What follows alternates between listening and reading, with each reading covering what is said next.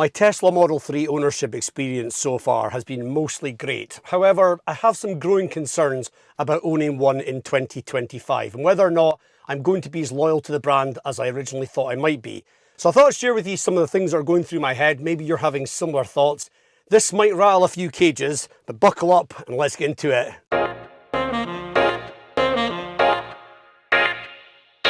So it's well reported now that Tesla sales are tanking across the globe, and no more so than in the European market, where even Bud Light would probably be quite smug about it at this point. And there's one common theme that seems to be jumping out as the main reason why. This guy, yep, Tesla CEO, he's everywhere, isn't he? And if you're someone like me who deleted their Twitter or X account, or whatever it's called these days, because you were sick of seeing his relentless brain farts being shat all over your newsfeed, unfortunately you can't seem to go anywhere now and go any length of time without hearing more about Elon Musk and what he thinks about the world. Now, I'm neither MAGA or a radical lefty who calls their kids they and them, and I don't want to lose subscribers over going down the road of partisan politics on a car YouTube channel. But for what it's worth, my opinion of the South African bazillionaire isn't a very good one. Yes, his recent antics weren't great, like at Trump's inauguration, and definitely straining my moral compass of wanting to be associated with a brand that has a guy steering the ship that does some of the stuff and says some of the stuff he's been doing. But I just find him a bit of an annoying whelp, you know, and really I look at him a bit like I would somebody that owns a restaurant, you know, that drives up and parks outside in the disabled spot, goes in, shouts at staff in front of the customers. I just don't really want to give that guy my business, you know. I am, however, quite loyal as a customer to companies that provide me with good customer service, which to date Tesla really have. However, I'm not quite like I am with cars as I am with like Chinese food, for example, where I go into the restaurant, I look at the menu and I've got intentions of maybe trying something different, and then right at the end I go, stuff it, I'm just going to go with crispy chili beef. It's not like that. There's just so many good cars out there that I really want to try and own. And obviously with having this channel, I've got to test out lots of cars. And it's like, oh, I'd like to maybe have that for a little while.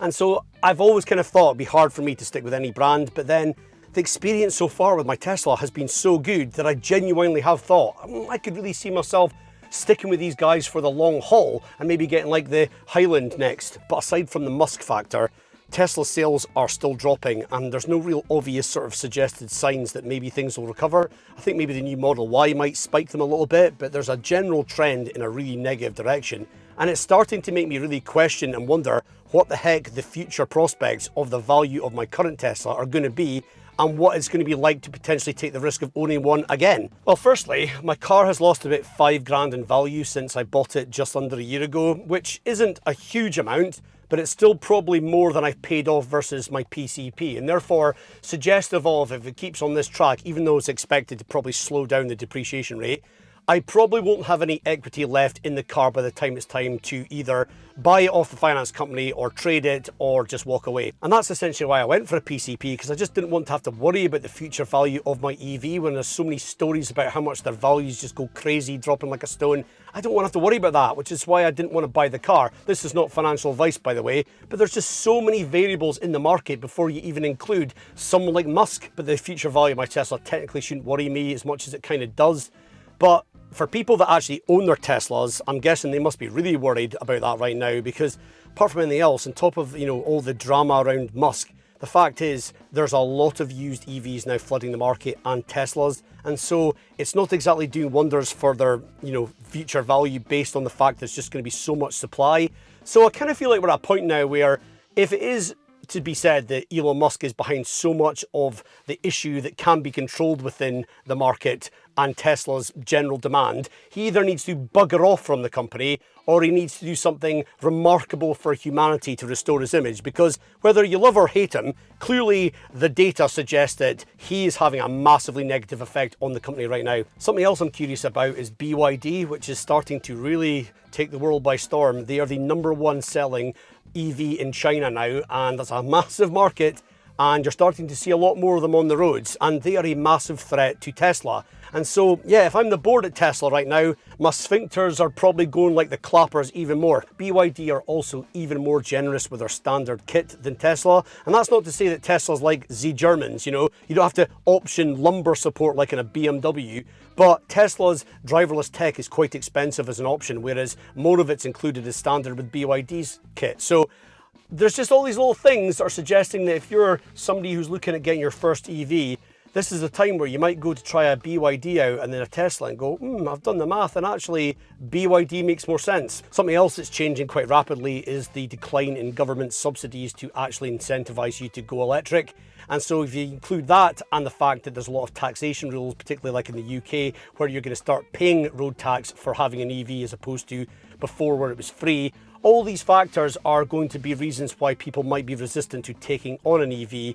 And yeah, I just kind of feel like it's yet another factor that right now Tesla probably will see as an extra hard kick in the balls, because that is definitely not going to help sales. And I'm just sounding off at this point, but something else I thought about was that Tesla to me has always been like the technology leader in EVs. You know, they're kind of like the original kind of OG of EVs, but also they're like a smartphone on wheels, you know, and so they always just seem to be ahead of the tech, and it's like, oh God, Tesla thought that first for so many things.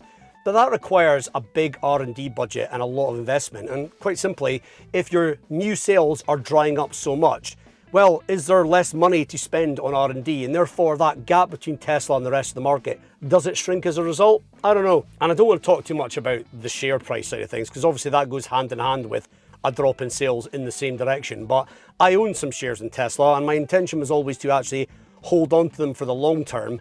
And then after all this recent sort of shenanigans, I was like, I just want to get rid of them now, to be honest, because I just can't see them being a stable investment. However, I did think maybe I should hold on to them long enough to see if the Model Y Juniper actually spiked the price a little bit and then maybe get rid of them. But right now, again, not financial advice, but right now I'm just kind of thinking this is just a company that I don't want to be investing in, because I just think they're too volatile. And I read something else in the news the other day that I thought was really troubling. That was about vandalism to Teslas. I'm like, are people starting to go that far with it? Like they hate Elon Musk that much that they're going to vandalize Teslas? I'm like, oh, I really hope that doesn't happen to mine. You know, I don't want to come out of a shop one day and find somebody's etched a swastika into my bonnet. No thanks. You know, that's the sort of stuff that I'm like, oh, do I want to be having a car that's associated with that sort of unwanted noise and drama?